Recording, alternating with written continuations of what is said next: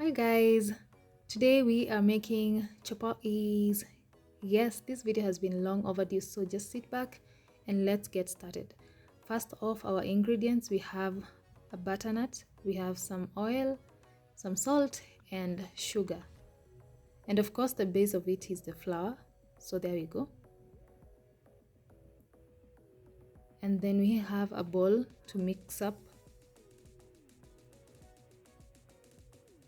And the next thing we're going to do is peel up this butternut and then boil it, as you will see in the next step. When you put the water to boil, make sure it covers the butternut because it's going to boil for quite some time, I think around 30 minutes. So put enough water so that it doesn't evaporate.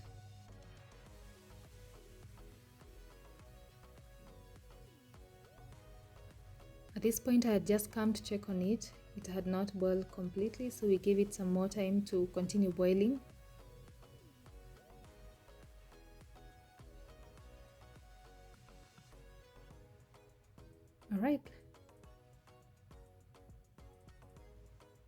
Alright, as you can see, it's all boiled up now.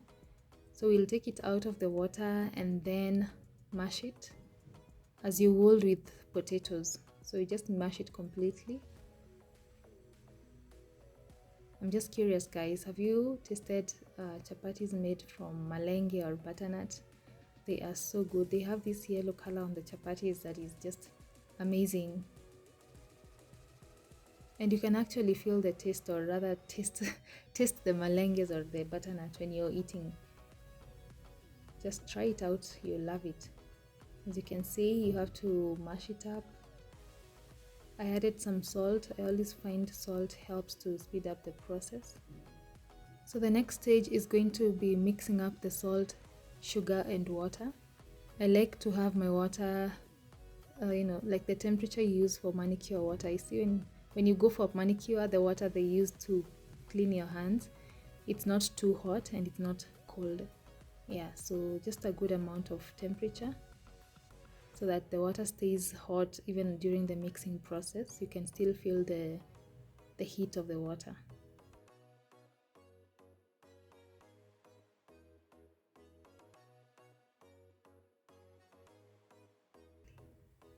So mix it up well, and depending on how it tastes, you can add more salt or more sugar.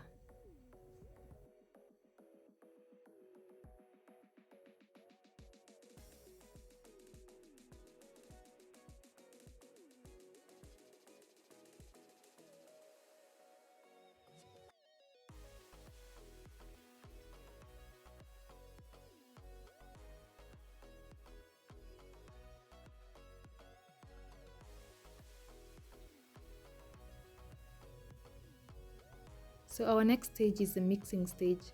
We're going to go in with the flour.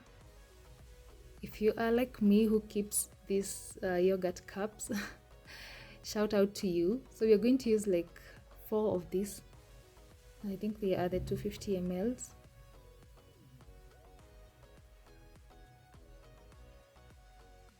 And of course, if you want more chapatis, you have to have more water and more flour. Goes without saying, right?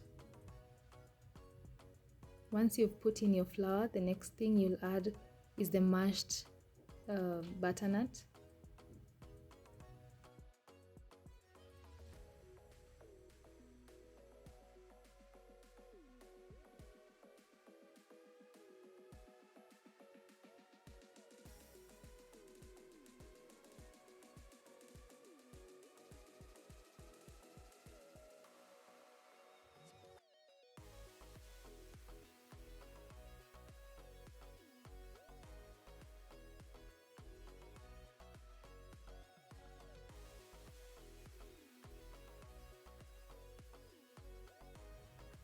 Guys, by the way, when I was making these chapatis, I had just come from having my tooth extracted, so I was a bit under the weather. If you find some processes are a bit slow, please just bear with me. Right, once you've added your butternut, mix it well with your hands.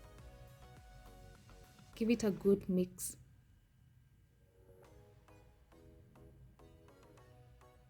The next stage is adding water. Add it until you feel that it's sticky. It has to be sticky so that as you keep mixing, it doesn't become hard. So it has to be really sticky.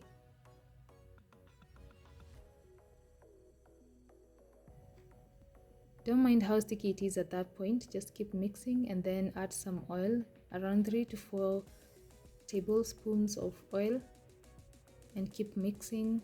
And once the oil is properly mixed in with the flour, then you can remove the extra flour from your hands using like dry flour, as you can see me doing.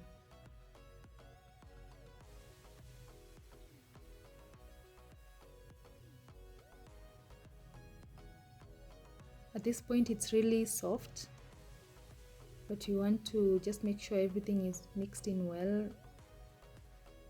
Try to remove the oil, or rather the flour that sticks to the sides. It should be really easy because of the oil that you put in.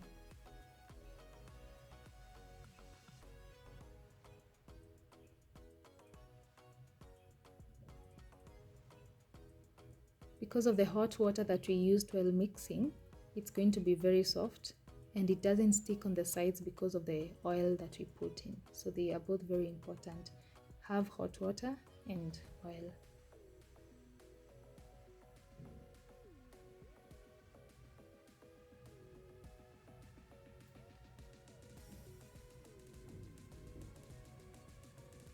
It really feels soft at this point. And so the next thing I'll do, I'll just dust it with some flour and then cover it up.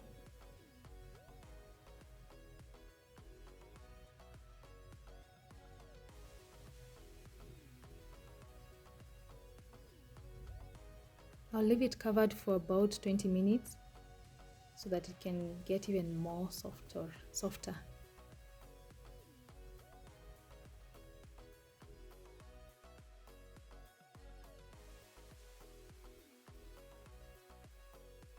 And we're back, and at this point guys, electricity was gone, so I was doing this in darkness. I was using my phone flashlight, but I think it was able to capture things well, at least for the process.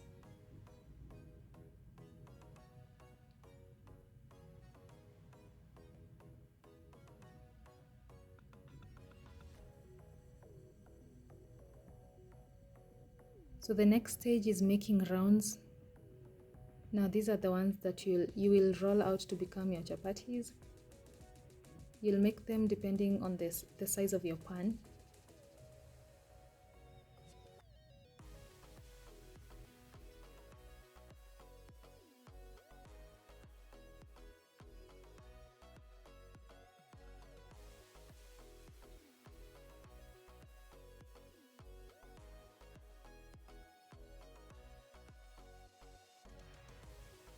Because my space is not that big, I do half of it first and then go in with the next one.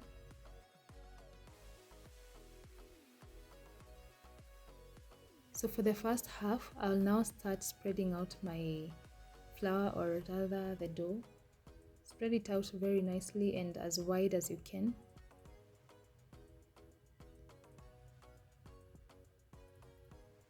I came to realize that how wide you spread it is what accounts for the layers in those chapatis you admire. You know, those layers, those nice layers. Yeah, it depends on how wide you spread it. And then of course now you put oil and spread it out. You can use your spoon or your hands. I go in with my hands because it's fast. And then you're going to like roll it, as you can see in the process, and then make a round. I think people get tired of the process of making chapatis, so they prefer buying out, but when you make your own chapatis, you won't go back. You do it for life. Like you prefer your own chapatis to the chapatis you buy outside.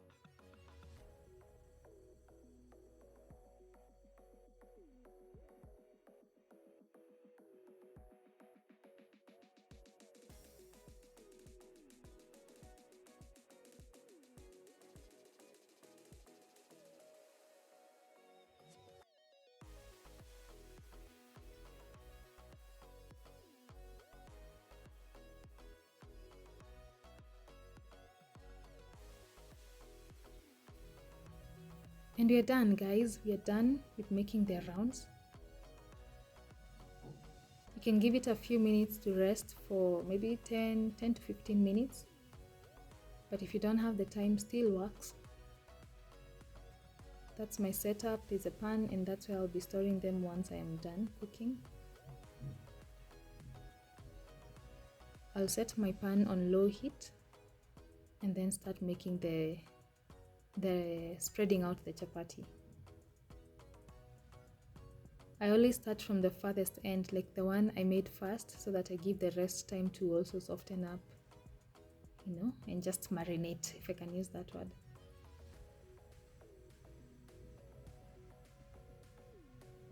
So if you're a first timer, please don't mind how round it is. I don't think that's really something to be concerned about, though there are people who are keen about that. I don't think it's a big deal at this point. As you keep making them and as you keep perfecting, it becomes better.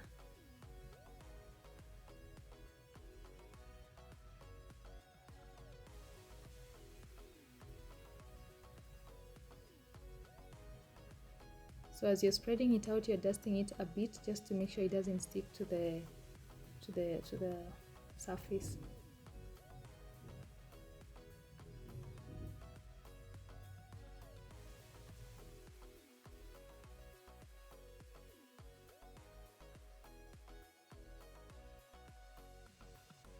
You'll do the same for the rest of the chapatis.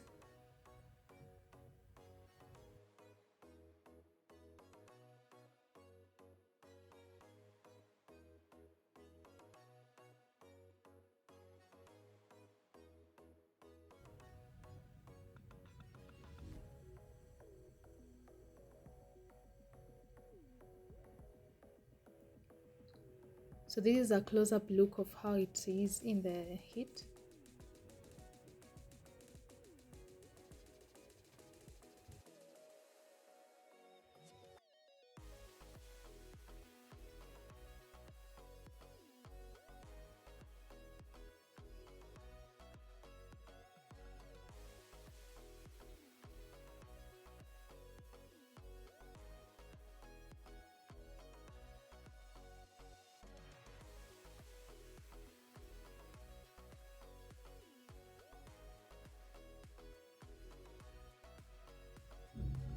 So how you go about adding oil while the chapati is on the fire is you turn, and then when you see it's forming at least some bubbles around, or it has heated up a bit, you oil it on that side and then turn it so that it continues cooking, and then do the same for the other side.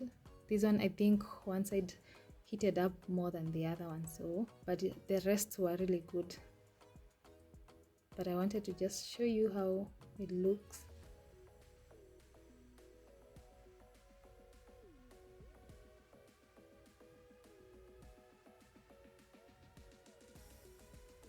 And you make sure the oil covers every part of it. Spread it out nicely.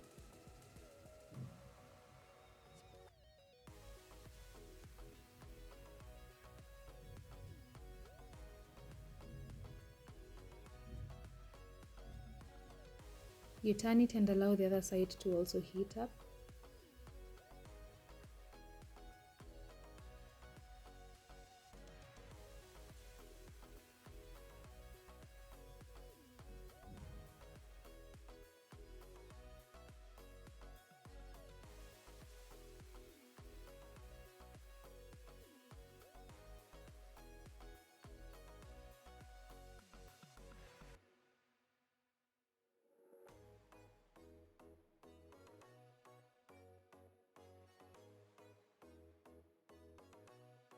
And as you can see, the yellow color from the butternut is really coming through. I hope it's clear from your side because of, electricity, and I'm using the flashlight. It was really, really a nice yellow color.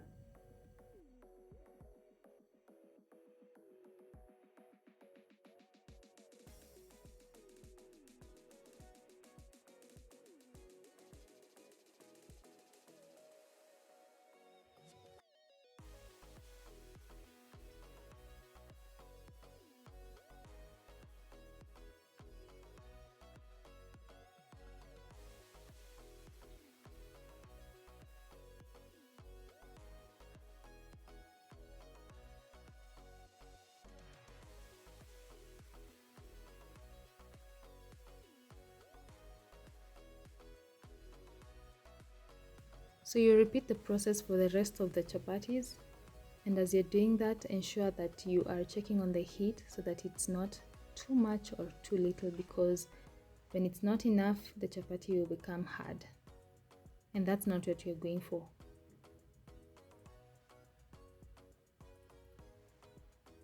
At this point, guys, I was so tired. I was really trying to just get done with it.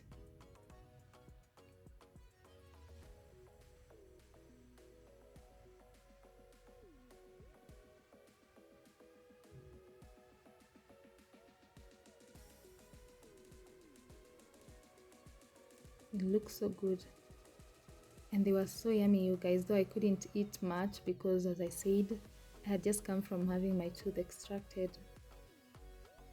Though we stored them up, and I think a few days later or a week later, that's when I could actually feel the taste. Yeah, but that's the process of making chapatis. I hope you enjoyed it, and I hope it helps you if you're first time, and I hope it comes through for you if you are a first timer at this. Yeah, let me know in the comment section how you found it, and also once you've made it, just come back and feel free to leave a comment and let me know how it went for you. Bye.